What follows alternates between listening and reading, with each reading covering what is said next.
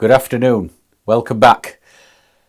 Episode 104. Fuck me, 104. And you join me in very pissed off.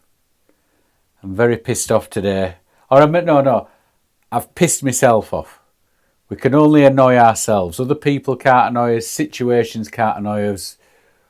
We only annoy ourselves. Now, I'm not dropping pearls of wisdom there. I was once outside the stupa in Rangoon in 2007 in Burma. And I was talking to this Buddhist monk. And I was getting sick and tired at secret police following me around Rangoon. And I sat and paused for about 30 minutes with this monk.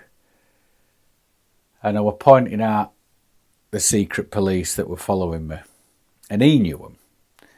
And he said to me, "They're not annoying you.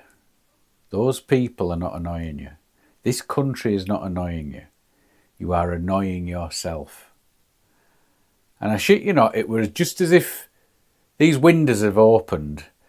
And ever since then,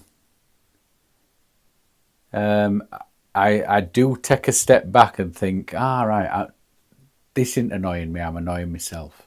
Anyway, what happened today was, it's the first time it stopped pissing it down in at least 2 weeks. So yesterday were really sunny. Today it's not raining, but it's overcast, but it's not raining. So I thought I'll set up the camera on the bike. I'll take these new fucking mics I've got, these new wireless mics I've got. I'll set them up on my person, and I'll go for a bike ride. I'll film the bike ride and I'll do the podcast on the bike ride. What a fucking great idea. People can see where I live and I can put the audio out on the podcast, and if you want to go and watch it on YouTube, it's all there. That was the plan. I've got home. I mean, if you watch it on YouTube, I'm not looking the freshest, shall we say. So I've got back from this 30-kilometre cycle. I've got everything set up for the edit, and I've looked in the audio. 4 minutes 28, it fucking stopped. It stopped, for Christ's sake. So I'm going, why has it stopped? Because when I took the PodTrack 4 out of my rear backpack, it said 28 minutes. That's a perfect amount for a podcast. And then I got it home, and it turns out that this transmitter, the other one, the battery had just fucking failed. I'd run out of juice, and it had stopped after 4 minutes 28. And I thought, oh, you motherfucker. So, what you're going to get now is the podcasts that I did that were lost out there, somewhere out there in the ether now. And you're going to get that instead. Well, not instead, you're going to get that as well. I can't believe what a waste of fucking time that was. But I'm annoying myself. You look on the positive side, I got some exercise and I did a dry run. Call it a rehearsal. So, yesterday, I put the finishing touches to my trip back to Europe next month. I've got everything booked now and I'm ready to go. I'm going back to the UK and then I'm going to go onto the continent. And I got it all booked yesterday, and it's my first time home in 4 years. Now, ever since I was 16, I have only lived in England really once for a serious length of time since I was 16. I've always been away. I'm 52 now. Next year, if I put all my years together of life, I think next year or in the next 18 months, I will have lived abroad longer than I've lived in the UK. Now, today I'm going to talk about the expat life. So, when I was a kid growing up in Bradford, the thing I wanted to do most of all was fucking leave. And I can remember having that thought since I was as old as I can remember. I've got to get out of here. I've got to get out of here. If I'm thinking about how old I was, I'm guessing 5, 6 years old at the latest. It was certainly before I started school, so it must have been 5. I could not understand why my mum and dad chose to stay in a place like that. I couldn't understand it. And I had nothing to compare it to. I had nothing to compare it to at all. But the grey, the rain, what you heard from other people going on about the Asians that lived in my city, the amount of complaining that I heard going on, I would think to myself, why don't you leave? Why don't we leave? But nobody did. They wanted to stay there, and I couldn't understand why they would stay there. And early on, not bothered about being a footballer, not bothered about being a famous actor. Money, still to this day, is not an important factor in my life. All I wanted to do was travel and fucking live somewhere else. That was my first memory as a kid. So, as soon as I was 16, I blew and I was gone. Now, because I couldn't be arsed at school, my last 3 years at school, at high school, we were on the 3rd floor of White Manor School, and for 3 of those years, I was just looking out the window to the left, across fields and fields and fields, out towards Pudsey, towards that way, over hills to Leeds, looking out over the fields thinking, I wish I were out there rather than in here. I'd rather be anywhere else. So when you can't be asked at school because the teachers that are teaching you didn't really, they were just working towards the next holiday. You just think, right, I've got to get out of here. And the only way to get out of the city, get out of the country as a 16-year-old was to join the military. A fucking stupid decision. And you shouldn't be allowed to make that decision at 16. But that's what I did. And when I was 16 and a half years old, I was shipped off down to a place near Bournemouth on the south coast. And I fucking loved it. I loved that first year of just being away from Bradford, being in a fantastic part of the country. You notice that it were warmer down there. And that might sound stupid, but the weather were different. And they're only 250 mile away from where I grew up. But 250 mile away, and especially if it's 250 miles south, there was certainly a change in the climate that you'd notice. Things looked different. Things were just different. The houses were built from different stone. When you get out into the countryside, it wants stone walls. It wants Yorkshire stone walls that were all over the fields. It was like big hedges. So that were different. And it was just somewhere that I'd never lived before. So at 16 years old, 16 and a half to 17 and a half, I'd already lived away from home for a year. Now after that year, we went out to West Germany, and I lived in West Germany because it had not reunited it wasn't going to reunite for another 2.5 years. So we're out there in West Germany, and that was shite. The place where I was that terrible. Oh, excuse me. I'm not getting emotional. The place where I was that terrible that it made Bradford the better option, if that makes any sense. It were a town called Detmold. It's like a compound noun. You take 2 terrible compound nouns and you put them together. Det and mold. You put them together, Detmold, and that's probably the measure of the town. Fucking horrible. Horrible. So there were 3 lots of barracks in that. It was a tiny town. There were 3 lots of barracks. So soldiers from each of them 3 barracks didn't like each other. So they were always fighting there. The Germans in the town were sick of all these fucking soldiers fighting each other and fighting the locals. So they were sick of us. Nobody wanted us there. And I didn't want to be there. Now, I never drank when I were in army, but when you got there were no else to do. And there was an array of people that were ready to teach you how to do that. So the drinking got fucking out of hand.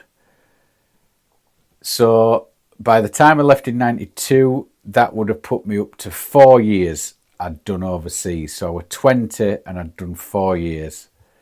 So that would put 4, 8, 12. So I'd nearly done a quarter of my life abroad by the time we were 20. Nearly. And then I went home because I thought it was a better option. And I fell into the life of what everybody else were doing, like a fucking idiot. You know, if you get yourself a girlfriend or married, you get an house, a car, a job. And if you've got enough money to get pissed at least one of the nights on the weekend and maybe afford a couple of holidays in summer, you are fucking doing well, my friend. You are doing well. So I got that and I did that and I was fucking miserable. But I put up with it, and after 8 years, I thought, fuck that. No, I'm off. So I went, I blew. And on the about 28th of February 2002, I flew from Manchester to Frankfurt or Dusseldorf. I forget which. I had an hour or two in airport, and then off I went to Bangkok. Landed in Bangkok on the 1st of March 2002. And I remember that date, and I will remember that date for the rest of my life. Because as soon as I landed in Bangkok, and I might have said this before on the podcast, but it's as if my head had been an egg. A soft-boiled egg. And I walked out of that airport with my backpack on, my blue backpack. And I walked out and I got a bus into town. And I was just looking out, thinking, yes. And it was as if the top of my head had been taken off. And people had come in with buckets of colour and just poured colour into my head. And my whole life changed on that day, because it was the first time I'd really experienced colour. And I thought, right, I can fucking do this. So I'd got a round the world ticket for a year, and I'd got 4 or 5 lots of, I've got 4 flights. So I got the Bangkok flight, and then I was flying out of Singapore 3 months later. So I spent some time in Thailand. I went through to Cambodia. It's all over land. And then I went into Vietnam, to Saigon. I went up the country all the way up to Hanoi. Spent some time in Hanoi. And then I came over to the west and I dropped down into Laos. Spent a bit of time in Laos and then back into Thailand, in the north of Thailand. And then back down to Bangkok, Malaysia. I went over to Indonesia just as an afterthought, because I had 2 weeks left before I had to be in Singapore and I'd timed it wrong. So I thought, I'll go over to Indonesia and see what it's like over there. Best thing I ever did on the trip. I ended up in a caldera. A caldera is this big volcano, this big dormant volcano. And it had filled up with water, so that there were a lake in the bottom. It was a fucking huge volcano. Like 32 or 42 hairpin bends to get to the bottom of it. And there were monkeys on each corner just hanging about, because they knew that people would drop the garbage and the food out when the bus were going around these corners, so they'd jump off and get it. Couldn't believe it. Dropped down, and when we were at the bus station, these locals come up to us and said, right, I know the best place for you. And they took us to this guest house called 3 Tables, run by this Kiwi woman. And I spent a week there just fucking relaxing. I'd get up in the morning, I'd go for a swim out in the lake. I'd come back, dry off. I'd go and have my breakfast, banana pancakes, Indonesian coffee, and there were nothing else to do the rest of the day.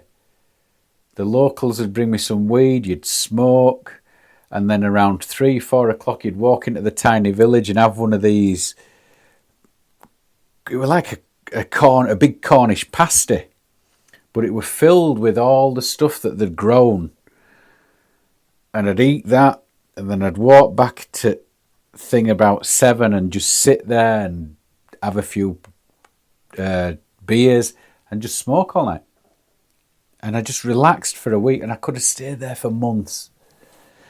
And then I jumped on a plane. I got to Singapore, jumped on a plane to Australia, and the middle block of this trip were all about making money. So I had 6 months in Sydney, and it was just making money. Now, this is when I learnt about the expat life, because I were pretty much doing the same job in Sydney as I were doing in Bradford.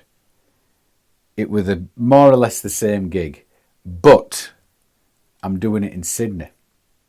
Now, doing a shit job in Sydney is completely different to doing a shit job in Bradford. There's no fucking, oh, I've got to get up in the morning, oh, I've got to do this, oh, I've got to do that. The weather's good. The people are happier. The food's better. There's more to do at the weekend.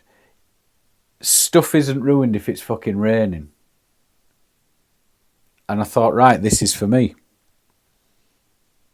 And I love that 6 months, even although I were doing a job that was just as shit as what we're doing in Bradford. So then I left and went to New Zealand. Now, New Zealand, I think if I went back now, I'd enjoy it. But when you're 31 years old and you've just had a fantastic 6 months in Australia, it's like going from your favourite uncle's house, living with your favourite uncle who let you drink and do whatever, come in late, and then going to New Zealand is like going and living with your grandma. It's a slower pace, and I wasn't ready for it. And also, you're as far away from Yorkshire as you possibly could be, but it looks exactly the same as Yorkshire. And I didn't like that. So the month I was supposed to spend there, I only did 2 weeks, because I knew that South America was just there, and that was my last part of my trip. So I changed the flight, and off I went to Chile. Landed in Chile, and again, completely different to anything that I'd had before on the trip or anything I'd ever experienced in life. Jumped on a bus, went all the way to the north of Chile, and then turned right into Andes. And as you're driving into Bolivia, you're just going up and up and up and up. And it's the first time I'd had real difficulty breathing. So you've got to acclimatise. And then in Bolivia, we're just going around Salar de Uyuni, which is, it's nothing, I've never seen anything like that on Earth in my life. You can go and Google it on internet. It is otherworldly. Mud pools, hot springs. The sand has just been blowing at these rocks, that it's worn them away. And there's huge rock formations that are just standing on like a foot of a foundation. They're ready to go over at any minute. Spent a week in there, and there's salt pan. You're driving on this salt pan, and there's about an inch of water that the 4x4 is driving through, and you're just looking at the horizon, and it's like you've dropped acid, because you don't know which is the horizon and which is the floor. And then your brain is questioning, well, are you the right way up or are you upside down? It's weird. On that lake, there was a hotel built of salt. The locals had just dug up the salt and built a hotel. And the sun's beating down on the salt is hitting you in the face. You've got to lather yourself with sun cream and sunblock. You think this is if I hadn't taken the chance, I'd never have seen any of this. And then you're on to Peru. You're on to Peru and Machu Picchu and all that fucking mystery. And that's all to do with being an expat. You know, if you're not happy with your town or your city, move. Because if you think, oh, it'll get better, it doesn't usually. And then fucking 20 years down the line, why didn't I do it then? So all of you that are planning on or were thinking about doing it, just spend a year saving up your money and fuck off. Spend a year saving up your money and just fucking leave. Because I cannot recommend it enough. Because I'm now living in Japan. It's safe. There's not really much gun crime. There's no knife, not really any knife crime. There's no kids wandering about at night, fucking your car up or trying to break into your house. The food's great. The climate's fantastic. The work is good. It pays more or less double what the UK does. It's expensive, but I can save more here than I can back in England. And there's just more opportunity because a foreigner here is rare. So you can pick up these jobs that the Japanese people can't do. Now, those are the pros to it. There are a few negatives. I mean, you're not going to be seeing your family as much as you would if you were living in England. And especially when you're living far away. I mean, people like me living in Japan, and then there's people living in Australia and fucking New Zealand. New Zealand is like a 24-hour. You just cancel that fucking day out. I mean, for me, I always have a stopover because I've got the kids. I will not fly from Tokyo to Heathrow straight. I'll stop off in Dubai or Hong Kong, have a night there, and then do the second leg, and then that breaks it up into a 7 and a 7. I mean, this time I will be going from Tokyo to Singapore. I'll have a night in Singapore. That's a 7 hour. 7 hours to Dubai. Dubai to Manchester, 7 hours. So 7 and a 7. And on the way back, I'm going to be stopping in Dubai for a day. Just to show kids about. But yeah, you don't see your family. That's a bit of a negative. But the only real family that I want to see back in England now is my dad. Everybody else has died or they're a pack of cunts. Friends. Your friends. You're not going to see your friends as much. But you do have Skype now. You do have Zoom. So you can speak to them on that. I know it's not the same, but you can still do that. But what you do is, what I noticed, they are good friends and they're still good friends now, but when you do go back, and I would put it around the 5-year mark, you've probably not got much in common with those friends anymore. You love them, but you've not got as much in common as you had because you've been away for so long and they've moved on and so have you. I mean, I've not seen my friends for 4 years now and I'll be going back again because of the pandemic. And I don't know what it's going to be like. But we'll see. We'll see.